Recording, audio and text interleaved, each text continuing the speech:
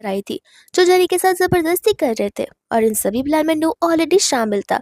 लेकिन लो यहाँ पर एंड मौके पे आकर उससे बचाने का दिखावा करता है और जैसे यहाँ पर बेचारी बेहोश हो जाती है वो उसका एडवांटेज लेने लग जाता है। एंड यहाँ पर वो वही दिन होता है जहाँ पर लो के साथ नाइट स्पेंड करने के बाद यहाँ पर जेनी को उसके साथ शादी करने के लिए हाँ बोलना ही पड़ा था। जिसके बाद जेनी यहाँ पर लाइट्स को ऑफ करके चली जाती है एंड यहाँ पर लू आ जाता है। जिसके बाद हम यहाँ पर देखते हैं पाई को, जहाँ पर कंटिन्यूसली उसे कॉल लगाया जा रहा था बट उसका कॉल यहाँ पे वो पिक कर ही नहीं रही थी। इतने में यहाँ पर जेनी आ जाती है जहाँ पर वो मिया के बारे में जेनी से पूछने लग जाता है। जेनी कहती है कि हाँ, आई गेस वो उसी रूम में, क्योंकि मैं थोड़ा सा आराम कर कर वापस आ गई थी। यहाँ पर रिपोर्टर्स भी उनकी सारी बातें सुन लेते हैं जहाँ पर वो उसी रूम की ओर चले जाते हैं। लेकिन जैसे यहाँ पर वो लोग वहाँ के ब्लैंकेट हटाते हैं वहाँ पर तो बस पिल्लोज रहते हैं एंड यहाँ पर सामने से लू और तो और मिया आ जाते हैं। जिसके बाद में यहाँ पर जेनी खुद कंफ्यूज हो जाती है। लू जेनी से कहते हैं कि आखिर तुमने ये सब कुछ क्यों किया। जेनी कहती कि मैंने क्या किया। वो कहते हैं कि देखो तुम पाई को बेवकूफ बना सकती हो लेकिन मुझे नहीं। मुझे यहाँ पर सारी चीजें समझ आती है। लू तो यहाँ पर उस पर गुस्सा कर रहा होता है जहाँ पर पाई उसका गर्दन ही पकड़ लेता है। ये कहते हैं कि मुझे अभी के भी एक्सप्लेनेशन दो कि आखिर चल क्या रहा है। जिसके बाद में यहाँ पर लोग कहने लग जाता है कि सिंपल सी बात है, ये रिपोर्टर्स भी उन्हें यहाँ पर उसे जानबूझकर बुलाया हुआ है ताकि यहाँ पर रिपोर्टर्स आकर मुझे और मिया को एक गलत इलाज में देख ले और बाद में यहाँ पर सभी को ऐसा लगे कि तुम दोनों की एंगेजमेंट खत्म हो चुकी है, वो भी सिर्फ हम दोनों की वजह से। यहाँ पर जनी कहने लग जाते कि आखिर मैं ऐसा क्यों ही करूंगी। मिया कहते कि ऑफ कोर्स सी बात है, तुम यहाँ पर पाई के लिए सब कुछ करना चाहती हो ताकि तुम यहाँ पर पाई को हासिल कर पाओ। एंड पाई यहाँ पर बहुत ज्यादा अंदर से इमोशनल हो जाता है कि जेनी यहाँ पर मेरे लिए क्या कुछ नहीं कर रही है। तो फिर यहाँ पर जैसे मिया उसके पर हाथ उठाने वाली थी वो मिया का ही हाथ पकड़ लेता है एंड यहाँ पर पाई जेनी को डरने से मना करने लग जाता है। वो कहते हैं कि देखो अगर ये सब कुछ तुमने ही किया होगा तो फिर मुझे कोई प्रॉब्लम नहीं है, क्योंकि मैं समझ पा रहा कि तुम मुझसे कितना पसंद करती हो। यहाँ पर ये सब कुछ देखकर लू कंफ्यूज हो जाता है क्योंकि लू का तो ये एम था ही नहीं कि यहाँ पर वापस से जेनी और पाई एक हो जाए, क्योंकि अगर ऐसा होता है जेनी ऑफ कोर्स यहाँ पर लू को छोड़ देगी जिसके बाद में यहाँ पर लू को वो पेटेंट राइट्स नहीं मिल पाएंगे। मिया यहाँ पर पाई से कहने लग जाती है कि तुम्हें पता है ना आज हमारी एंगेजमेंट है और तुम यहाँ पर ये सब कुछ कह रहे हो। पाई कहता है कि मुझे फर्क नहीं पड़ता, मैं यहाँ पर सिर्फ और सिर्फ जनी से लव करता हूँ। मिया कहते कि ठीक है, अगर इतना ही प्यार है तो ठीक है, आज की एंगेजमेंट को हम तोड़ देते हैं, वो भी सभी मीडिया वाले के सामने, फिर देखना तुम्हारी फैमिली की क्या हालत होती है। भाई कहने लग जाता है कि शुरुआत से तुम अपनी फैमिली के इन्वेस्टमेंट को लेकर मुझे यहाँ पर इस तरीके से ब्लैकमेल करती आई हो, तो तुम्हें क्या लगता है मैं यहाँ पर तुम्हारे साथ एंगेजमेंट नहीं तोड़ सकता। और वो वहीं पर उसके साथ एंगेजमेंट को तोड़ देता है। जिसके बाद में यहाँ पर लू को गुस्सा आ जाता है क्योंकि अगर यहाँ पर मिया इस एंगेजमेंट को तोड़ देती है तो फिर पाई और तो और जेनी एक हो जाएंगे और फिर यहाँ पर लू ने इस चीज के लिए तो मिया के साथ कॉर्पोरेशन नहीं किया था। एंड यहाँ पर मिया को चिल्लाने लग जाते हैं। मिया कहते कि डरो मत, मैं बहुत ज्यादा सेल्फिश हूँ, काश ये बात मैं तुम्हें यहाँ पर पहले ही बता दी होती। और जेनी ने जो कुछ कहा था डिटो वैसी चीजें हो रही है। और वो सभी के सामने ये चीज भी कन्फेस कर दी थी कि इसमें जेनी की कोई गलती ही नहीं है, असल में ये सब कुछ यहाँ पर लू ने प्लान किया हुआ था। ये बात सुनते ही यहाँ पर जेनी एकदम भोले बनने का नाटक करती है एंड लू से कहते कि एटलीस्ट ये सारी चीजें मैंने तुमसे एक्सपेक्ट तो बिल्कुल नहीं की थी, और वहां से चली जाती है जहाँ पर गुस्से में आकर पाई उसे तो पंच ही मार देता है। यहाँ पर अभी भी वो पाई को समझा रहा था कि तुम आखिर कर क्या रहे हो, तुम क्या भूल चुके हमारे बीच में किस टाइप का अलायंस बना हुआ था, और तुम सचमुच यहाँ पर मिया को छोड़ रहे हो उस जेनी के लिए, क्या तुम अपने मकसद को भूल गए हो। पाई कहते हैं कि मुझे यहाँ पर किसी भी मिशन की कोई पड़ी नहीं है, क्योंकि मैं यहाँ पर जेनी को सच्चा प्यार करता हूँ। और वो यहाँ पर लू को बहुत पिटने लग जाता है बट लू भी नहीं रुकता, वो भी यहाँ पर पाई को पिटने लग जाता है कि इतने में यहाँ पर पाई के डैड आकर उन दोनों को रोक लेते हैं। एंड देन इसके बाद में यहाँ पर उसके डैड मीडिया वालों के सामने अनाउंस कर देते कि पाई को मैं यहाँ पर डिसोन कर रहा हूँ, आपसे वो मेरा बेटा बिल्कुल नहीं होने वाला है, और ये कंपनी की बात क्योंकि मेरा फ्यूचर हायर बनने वाला है, वो मेरा एक न्यू पोता होगा जिससे मैं आपको आप सभी लोगों को बहुत जल्दी इंट्रोड्यूस करा दूंगा। उसके डैड यहाँ से चले जाते हैं जहाँ पर पाई अपने डैड को बहुत समझाने की कोशिश करता है लेकिन फिर भी उसके डैड उसकी बात को मानने के लिए रेडी नहीं थे, और रिपोर्टर्स भी यहाँ पर उसके डैड के पीछे चले जाते हैं। जिसके बाद में हम यहाँ पर मिया को और जेनी को एक साथ में देखते हैं जहाँ पर वो लोग एक दूसरे की खुशी यानी कि एक दूसरे के विन के लेके खुशी मना रहे होते हैं। एंड यहाँ पर मिया का ध्यान न्यूज पे चला जाता है जहाँ पर उन्हें पता चलता है कि पाई के डैड का ऑलरेडी एक और बेटा है जो कि यहाँ पर नाजायज बेटा है। जेनी कहने लग जाती है कि जाने में दो ना, इससे हमें क्या ही फर्क पड़ता है। मिया कहते कि तुमने सही कहा था, ये मैन यही बस सोचते रह जाते कि वो वुमन भी अपना 100% हक जमा सकते हैं एंड यहाँ पर वो जो चाहे वो वुमन से करवा सकते हैं।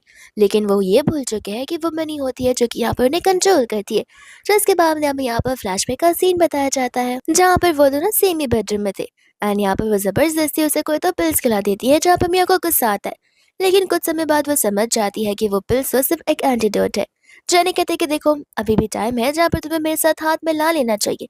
बट यहाँ पर मिया उसे साफ साफ मना करती थी ये कहते हुए कि मैं तुमसे पहले भी कहा था कि मैं तुम्हारी बेहुदा बातों में बिल्कुल नहीं आने वाली हूँ जहाँ पर मैं तुम्हारी बातों को मानने लग जाऊँ। जेनी कहती कोई बात नहीं, जाओ जाकर सबको सब कुछ बता दो कि आखिर यहाँ पर क्या हो रहा है। फिर मेरे पास ये प्रूफ है कि तुमने ड्रिंक में किस तरीके से उस ड्रग से बनाया था ताकि वो ड्रिंक मैं पी पाऊँ। लेकिन वो ड्रिंक तो एक्सचेंज हो गई जहाँ पर उस ड्रिंक को तुमने पी लिया है। तो फिर तुम सबके सामने फिर क्या ही कहोगे कि आखिर तुमने मेरी ड्रिंक में वो चीज को मिलाने की क्यों ही कोशिश की। मिया तो यहाँ पर इन सारी बातों को सुनकर हैरान हो जाती है। जिसके बाद में यहाँ पर जनी अपने बैग से निकाल कर एक एग्रीमेंट उसे देती है। ये कहते हो कि देखो तुम बस एक कठपुतली हो पाई और पाई की फैमिली के लिए। तुम एक बात बताओ, क्या तुम अपनी एंटायर फैमिली को छोड़ सकती हो, अपनी एंटायर फैमिली को बैंकरप्ट कर सकती हो उस पाई के साथ जिंदगी बिताने के लिए। एंड जैसे ही यहाँ पर वो उसे सारे डॉक्यूमेंट्स दिखाने लग जाती है, मिया के तो कम्प्लीटली होश उड़ जाते हैं। मिया कहने लग जाते हैं कि आखिर मैं ऐसे क्या ही कर सकती हूँ। जनी बोलती है देखो इजी सी बात है, तुम्हारी शादी उसके साथ होने वाली है और अगर ये सब कुछ यहाँ पर अभी होता है तो फिर तुम मीडिया वालों के सामने अपनी एंगेजमेंट तोड़ सकती हो। तब तो उसके डैड भी कुछ नहीं कह पाएंगे क्योंकि उन सभी चीजों में उस स्पाई की गलती नजर आएगी। तो उसके डैड खुद यहाँ पर इस एंगेजमेंट को तोड़ने के लिए रेडी हो जाएंगे। जिसके बाद यहाँ पर मिया और जेनी अलायंस बना लेते हैं, यानी कि एक दूसरे को हेल्प करने का डिसीजन ले लेते हैं। जिसके बाद में यहाँ पर हम वापस से प्रेजेंट में आते हैं। यहाँ पर जेनी उसे उसी के यानी कि मिया के कंपनी के स्टॉक प्राइस दिखाने लग जाती है जो कि कितनी ज्यादा तेजी से बढ़ रहे होते। एंड मिया भी यहाँ पर जेनी को थैंक यू बोल रही थी। मिया कहते कि लेकिन ये सब कर तुम्हें क्या मिलेगा क्योंकि अब तो पाई के पास कुछ नहीं बचा है। जेनी कहती कि सही काम, और मैं यही तो चाहती थी कि पाई के पास कुछ ना बच पाए। अब पाई को तो तबाह मैंने ऑलमोस्ट कर ही दिया है ना। पर मेरा नेक्स्ट टारगेट लू होने वाला है। दूसरा हम यहाँ पर लू को देखते हैं जो कि घर पर बैठे बैठे पाई और जेनी के बारे में ही सोच रहा होता है। जहाँ पर वो जेनी को सॉरी बोलते हुए कॉल करता है एंड उसे बस मिलने के लिए बुलाता है ताकि वो सारी चीजों को एक्सप्लेन कर सके। इसलिए यहाँ पर वो उसे मिलने के लिए चला जाता है जहाँ पर जेनी को देखते ही वो मिसमराइज हो जाता है एंड जेनी यहाँ पर जानबूझकर उसकी फेवरेट ड्रेस पहन कर आई होती है। और वो जब यहाँ पर आता है तब जेनी यहाँ पर उसकी लाइफ के बारे में बता रही होती है कि लू के यहाँ पर दोनों पेरेंट्स एजुकेटेड है एंड यहाँ पर वो वेल मैनेज प्रोफेसर है। साथ ही साथ यहाँ पर लू स्कूल टाइम में किसी को तो पसंद किया करता था जो कि उसकी फर्स्ट लव हुआ करती थी। लेकिन उसी की फर्स्ट लव ने उस पर चीट किया और फिर क्या, उसके बाद में यहाँ पर लू का लव से भरोसा हमेशा के लिए उठ गया एंड यहाँ पर वो सिर्फ और सिर्फ अपने करियर को अच्छा बनाने के लिए फोकस करता है, लव पर बिल्कुल नहीं। जिसके बाद में यहाँ पर लू उसके पास आता है और उसे ये कहता है कि आखिर तुमने ये ड्रेस क्यों पहन रखी है। जेनी बोलते कि क्यों, इस ड्रेस में कुछ खराबी है। एंड यहाँ पर वो इस टॉपिक को कम्प्लीटली इग्नोर कर देता है। जिसके बाद में यहाँ पर वो उसे माफी मांगने लग जाता है। जेनी कहती कि देखो अगर तुम किसी को लव करते हो तो फिर तुम किसी पर भी गिव अप नहीं कर सकते, जो कि चीज़ मुझे यहाँ पर हर बार पाई में नजर आती है। यहाँ पर जो कुछ भी हो जाए पाई मुझ पर गिव अप करने के लिए बिल्कुल रेडी नहीं है। लेकिन लगता है यहाँ पर उसके डैड ने ऑलरेडी उस पर गिव अप कर दिया है। जिसके बाद यहाँ पर पाई के हाथों में अब मेरे अलावा और कुछ नहीं बचा है। जहाँ पर लू को अपने फर्स्ट लव की याद आने लग जाती है एंड यहाँ पर जेनी उससे ऐसे बात करती है ताकि वो अपने फर्स्ट लव को याद करते हुए इमोशनल हो जाए और लव पर एक बार फिर से भरोसा करने लग जाए ताकि यहाँ पर वापस से वो उसे सबक सिखा सके। लेकिन इतने में यहाँ पर पाई आ जाता है जो कि जेनी को यहाँ पर लू की बातें सुनने के लिए साफ साफ मना कर देता है, ये कहते हुए कि तो सिर्फ तुम्हें बहला फुसला रहा है। जेनी कहते कि मानती हूँ, लेकिन यहाँ पर जो लू कुछ भी कह रहा है वो सारी चीजें सेंसिबल है। जिसके बाद में यहाँ पर लू को मियाँ का कॉल आता है जैसे जैसे उसे वहां से जाना पड़ता है। जेनी यहाँ पर उसे बताने लग जाता है कि तुम्हें पता है तुम्हारे साथ डील खत्म करने के बाद मियाँ की फैमिली और कंपनी अब यहाँ पर लू के साथ कॉर्पोरेशन करेगी जहाँ पर उनका फ्यूचर बहुत ब्राइट नजर आ रहा है। और जो कुछ भी यहाँ पर लू ने फ्यूचर को लेकर कहा है उसे सुनकर तो मैं भी खुद यहाँ पर परेशान हूँ। पाई समझ जाता है कि यहाँ पर लू जो है जेनी का ब्रेन वॉश करने का कोशिश कर रहा है एंड वो यहाँ पर ये फैसला ले लेता है कि वो लुक और मिया को अलग कर रहेगा। इतने में हम यहाँ पर मिया को और जेनी को देखते जो आपस में बड़े अच्छे से और प्यार से बात कर रहे होते हैं। लेकिन जैसे यहाँ पर जेनी लुक आते हुए देखती है, वो मिया को अपने आप के ऊपर ड्रिंक फेंकने के लिए कह देती है, जहाँ पर गुस्से में आकर मिया उसके ऊपर ड्रिंक फेंक देती है। एल्लू के सामने वो लोग ऐसा एक्ट करते हैं कि जैसे वो लोग अभी भी बहुत बड़े दुश्मन हो। यहाँ पर जेनी बोलने लग जाती है कि मैं तो बस यहाँ पर तुम्हारे लिए बात करने आई थी, और मिया ने गुस्से में मुझे क्या कुछ नहीं बोल दिया। मिया कहने लग जाते कि सही कहा। तुम्हें क्या लगता है लू कि अगर ये तुम्हारे लिए बात करने आएगी तो फिर मैं तुम्हारी सारी बातों को मान लूंगी? ऐसा बिल्कुल नहीं होने वाला है। जिसके बाद में यहाँ पर मिया गुस्से में चली जाती है। एंड लू इस बात को सुनकर बहुत ज्यादा खुश और हैरान हो जाता है। ये सब कुछ यहाँ पर जेनी सिर्फ मेरे लिए कर रही है। जिसके बाद में यहाँ पर वो उसे प्रॉमिस करता है कि मैं तुम्हें पसंद करता हूँ एंड लाइफ टाइम मैं यहाँ पर तुम्हें प्रोटेक्ट करूंगा, तुम्हारे साथ रहना चाहता हूँ। जहाँ पर उन दोनों की क्लोजनेस बहुत बढ़ जाती है। दूर खड़ी मिया ऐसे एंगल में फोटो निकालती है कि जैसे वो दोनों एक दूसरे को किस कर रहे हो। बट यहाँ पर जेनी उसे किस करने से मना कर देती है। एंड ये सब कुछ यहाँ पर जेनी के प्लान का ही बस एक हिस्सा होता है। जिसके कुछ समय बाद यहाँ पर मिया वापस से जेनी के लिए मिलने के लिए आ जाती है, क्योंकि यहाँ पर उसने सारी फोटोज बड़े अच्छे से एडिट कर लाई हुई थी। एंड यहाँ पर वो उसके प्लान का नेक्स्ट पार्ट पूछ रही थी। जेनी कहते कि ऑफ कोर्स ये बात है, लू को मैं यहाँ पर अपने प्यार में पूरी तरीके से पागल कर दूंगी। उसे लग रहा होगा कि मैं उससे प्यार कर रही हूँ, लेकिन धीरे धीरे वही मुझसे सच्चा प्यार करता जाएगा और मुझे छोड़ना भी नहीं पाएगा। जिसके बाद में हम यहाँ पर देखते हैं लू के डैड को, एंड यहाँ पर वो घर पर होते हैं, जहाँ पर एक एनोनिमस पर्सन ने उन्हें एक लेटर भेजा था, और उस लेटर के अंदर साथ साथ कुछ फोटोज भी होते हैं, जिसे देखकर अंकल को बहुत गुस्सा आ रहा होता है। इसलिए यहाँ पर उन्होंने लू को बुलाया था। वो लू पर हाथ उठाने वाले थे, बट यहाँ पर लू उनके हाथ को पकड़ लेता है। ये कहते हैं कि अब कौन सी प्रॉब्लम है, बचपन से लेके अब तक मैंने वो सब कुछ किया है जो कि आपने मुझे कहा है, और अब आप ही मुझ पर हाथ उठा रहे हैं, वो भी किस वजह से? जिसके बाद यहाँ पर उसके डैड उसे फोटोज दिखा रहे होते हैं जो कि उसकी और जेनी की किस करने वाली होती है। लू कहने लग जाता है कि इसमें गलत क्या है, मैं जेनी को पसंद करता हूँ। पर अंकल यहाँ पर क्लियरली कह देते हैं कि बिल्कुल नहीं, ये वही लड़की है जिसकी वजह से यहाँ पर पायल की एंगेजमेंट टूट चुकी है, और ऐसी लड़कियां मुझे बिल्कुल पसंद नहीं है, और ऐसी लड़कियों को मैं मेरी घर की डॉटर ना बिल्कुल नहीं बना सकता हूँ। तो फिर वही होगा जो मैं चाहकर रहूंगा। यहाँ पर लोग एक गुस्से में निकल जाता है, क्योंकि उसे पता होता है अपने डैड को कुछ समझा कर तो कुछ मतलब ही नहीं है। इसके बाद में यहाँ पर लोग के डैड जो होते हैं वो यहाँ पर जेनी को बुलाते हैं मिलने के लिए, साथ साथ लू को भी। और ये बात यहाँ पर जेनी को बड़े अच्छे से पता होती है कि लू यहाँ पर उन्हें देख भी पा रहा है और उनकी बातें चुपके से सुन भी पा रहा है। अंकल यहाँ पर जेनी को कहने लग जाते हैं कि तुम्हारे बीच में जो कुछ भी चल रहा है सभी बंद कर दो, बट यहाँ पर जेनी ना कह देती है, ये कहते हुए कि हम दोनों तो बस फ्रेंड्स ही है। ये बात सुनकर लू को बिल्कुल अच्छा नहीं लगता। लेकिन जब यहाँ पर जेनी कहते हैं कि देखिए, माना कि आप उसके फादर हैं, लेकिन इसका मतलब ये नहीं है कि आप यहाँ पर लोग के फ्रेंड सर्कल को भी कंट्रोल करेंगे कि आखिर लोग को किसके साथ फ्रेंडशिप करनी चाहिए। वो अब इतना तो बड़ा हो चुका है जहाँ पर वो खुद अपने फ्रेंड्स को चूज कर सकता है। जिसके बाद यहाँ पर अंकल कह रहे होते कि अरे वाह, तुम तो बातें करना बड़े अच्छे से जानती हो। इसका मतलब ये है कि तुम मीठी छुरी जैसी हो, जिसकी सिर्फ जबान ही मीठी है। एंड बाद में यहाँ पर वो सिर्फ 5 मिनट देने लग जाते हैं ताकि यहाँ पर वो लू को छोड़ ले। जानी यहाँ पर उस चीज को हाथ में ले लेती है। तब यहाँ पर लू को लगता है सभी लड़कियां एक जैसी हो रही है, और तो मैं बस खाली ओवर थिंक कर रहा था कि जेनी अलग है, वो मुझसे लव करती है और ना ही मेरे पैसों के लिए मेरे पास है। लेकिन यहाँ पर अंकल तो बड़े खुश हो रहे थे, ताकि यहाँ पर वो अपने बेटे को सारी सच्चाई बता पाए जेनी के बारे में, कि आखिर जेनी भी बाकी लड़कियों जैसे गोल्ड डिगर ही है। लेकिन यहाँ पर जेनी वो कार्ड उन्हें वापस दे देती है। ये कहते हैं कि माफ करना, आपको लगता है कि आप पैसे से सब कुछ खरीद सकते हैं, लेकिन ऐसा बिल्कुल भी नहीं है। इस दुनिया में ऐसी कोई तो चीज़ है जो पैसे से बहुत ज़्यादा बढ़कर है, जो कि फ्रेंडशिप होती है। और मुझे नहीं लगता कि आप कभी भी उन चीज़ों को यहाँ पर अपने पैसों से खरीद पाएंगे। जिसके बाद में यहाँ पर अंकल को गुस्सा आता है और वो जेनी पर हाथ उठाने वाले थे कि इतने में यहाँ पर लू आ जाता है, और आती यहाँ पर अपने डैड के साथ झगड़ने जाता है, जो कि यहाँ पर जेनी को पहले से ही चाहिए था। और यहाँ पर सब कुछ जेनी के प्लान के अकॉर्डिंग हो जाता। यहाँ पर उसके डैड कहने लग जाते हैं कि ठीक है, अगर तुम्हें यहाँ पर मेरे अकॉर्डिंग नहीं रहना तो अभी के अभी इस घर से निकल जाओ। जिसके लिए लू यहाँ पर कम्प्लीटली रेडी हो जाता है, एंड वो अपने डैड को भी डिसोन कर देता है जेनी के लिए। एंड भागकर यहाँ पर वो लोग बाहर आ जाते हैं, जहाँ पर वो जेनी को थैंक यू बोल रहा होता है। जेनी कहते हैं कि कोई बात नहीं, क्योंकि एक फ्रेंड दूसरे फ्रेंड के लिए इतना तो कर ही सकता है। लू कहते हैं कि नहीं, मैं तुम्हारे साथ सिर्फ फ्रेंड नहीं रहना चाहता हूँ। एंड यहाँ पर वो उसे कह रहा था कि पास में मैंने भले जितनी भी गलती क्यों ना की हो, लेकिन अब मुझे समझ आ रहा है कि रियल लव क्या होता है, और मैं तुम्हें खोना बिल्कुल नहीं चाहता हूँ। जहाँ पर वो उसे हक करने लग जाता है, और अब लू का बस एक ही मकसद होता है, पाई को रास्ते से हटाना। ताकि यहाँ पर वो जेनी का रियल लव पा सके।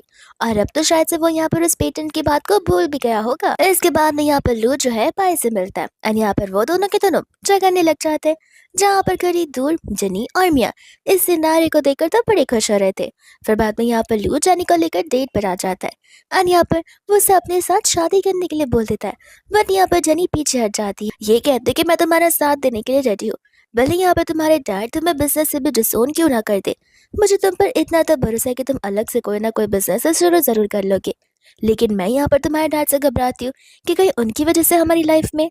बट यहाँ पर लू कहने लग जाते कि तुम फिक्र मत करो, मैं यहाँ पर इन सारी चीजों को हैंडल कर लूंगा। जहाँ पर तब जेनी को कंफर्म हो जाता है कि लू यहाँ पर सचमुच उसे पसंद करने लगा है। फिर इसके बाद में हम यहाँ पर देखते हैं बाई को और लू को, जहाँ पर दोनों के दोनों अपने इस प्रपोजल वाली चीज को लेकर एक बिग इवेंट को ऑर्गेनाइज करने लग जाते हैं और दोनों अपने अकॉर्डिंग सारी प्लानिंग शुरू कर देते हैं।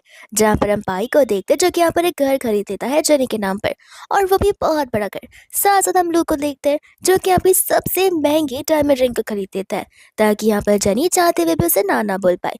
और दोनों अपनी पूरी मेहनत करते हुए अपने इस प्रपोजल वाले थिंग को ऑर्गेनाइज कर रहे होते हैं। जहाँ पर पाई जेनी को उसी घर के गार्डन में प्रपोज कर रहा होता है, जहाँ पर जेनी उसे हाँ बोल देती है और यहाँ पर वो उसे रिंग भी पहना देता है। बट जेनी यहाँ पर अपने इस मैरिज को सीक्रेट रखने के लिए कहती है। जब यहाँ पर वो उसे घर दिखा रहा होता है तब यहाँ पर लू ने भी उसे टेक्स्ट किया हुआ था घर पे आने के लिए शाम को। तो फिर जेनी यहाँ पर उसे घर पे शाम को पहुंच जाती है, जहाँ पर घर तो उसे बड़े अच्छे से डेकोरेट किया होता है ताकि वो जेनी को यहाँ पर प्रपोज कर सके। जिसके बाद में यहाँ पर लू भी उसे प्रपोज कर देता है एंड जेनी यहाँ पर भी उसे हाँ कह देती है। फिलहाल उनकी वेडिंग को एक सीक्रेट रखने के लिए कहती है। बाद में यहाँ पर वो अपनी बेस्टी मिया को जाकर सब कुछ बता देती है। हम यहाँ कहने लग जाते हैं कि तुम तो अपने रिवेंज में कुछ ज्यादा ही आगे बढ़ रही हो और अभी नेक्स्ट वाला प्लानिंग वो लोग करने लग जाते हैं। जिसके बाद में फाइनली यहाँ पर उसके वेडिंग का सीन आ ही जाता है। लेकिन अब बात सोचने वाली ये है कि आज वो शादी किसके साथ करने वाली है। सबसे पहले तो यहाँ पर ग्रूम आते हैं वेडिंग हॉल में, लेकिन यहाँ पर हमारी ब्राइड जेनी आ जाती है। जहाँ पर उस रूम को देखते जेनी को पास्ट लाइफ के सारे फ्लैशबैक्स याद आने लग जाते हैं और यहाँ पर वो अंदर जाकर ग्रूम का वेट करती है। जहाँ पर पाई और लू दोनों के दोनों वहां पर आकर एक दूसरे के साथ झगड़ने लग जाते हैं। लेकिन तब जाकर यहाँ पर उनका दिमाग काम करने लगता है कि आखिरकार जेनी ने तो उन दोनों को यहाँ पर बुलाया, और वो लोग जेनी से पूछने लग जाते हैं कि आखिर तुमने हमारे साथ ऐसा क्यों किया। जेनी यहाँ पर कहने लग जाती है क्यों, सभी लोगों को पता चलना चाहिए कि आखिर तुम दोनों ने मुझे अप्रोच क्यों किया, रियल लव के लिए नहीं बल्कि एक बेट के लिए, ताकि तुम लोग मेरी टेक्नोलॉजीज के पेटेंट ले सको। ये सारी बातें सुनने के बाद सभी के सभी गेस्ट हैरान हो जाते हैं एंड जेनी यहाँ पर उन सभी को उनके बेट के बारे में बताने लग जाती है। जहाँ पर पाई और तो समझ चुकी थी कि जेनी को ये सब कुछ पहले से ही पता था और वो सब कुछ यहाँ पर जानबूझकर कर रही थी ताकि वो यहाँ पर उनसे रिवेंज ले सके उस बेट को लेकर। जेनी बोलती कि इतना ही काफी नहीं है, तुम्हें क्या लगता है मैं तुम दोनों को इतनी आसानी से छोड़ दूंगी। यहाँ पर कुछ ही सेकंड्स में पुलिस आ जाएगी जहाँ पर तुम दोनों को उम्र कैद की सजा होने वाली है तुम्हारी कंपनी के टैक्स एविएशंस को देकर। एंड यहाँ पर लू को और तो और पाई को बड़े अच्छे से पता होता है कि उन्होंने कितने घोटाले किए और कितनी गैम्बलिंग्स किए।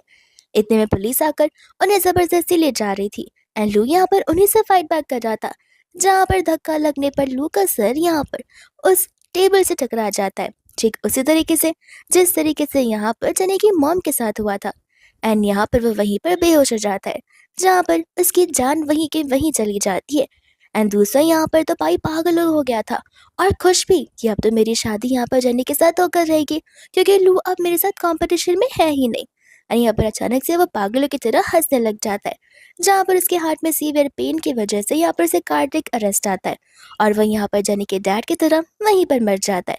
जहाँ पर जेनी के पास लाइफ का रिवेंज अब जाकर पूरा होता है और तो यहाँ पर जेनी और मिया एक साथ अपनी कंपनी को आगे बढ़ाने लग जाते हैं, जहाँ पर उन दोनों लड़कियों की जीत होती है। एंड इसी के साथ ये ड्रामा यहीं पर खत्म हो जाता है।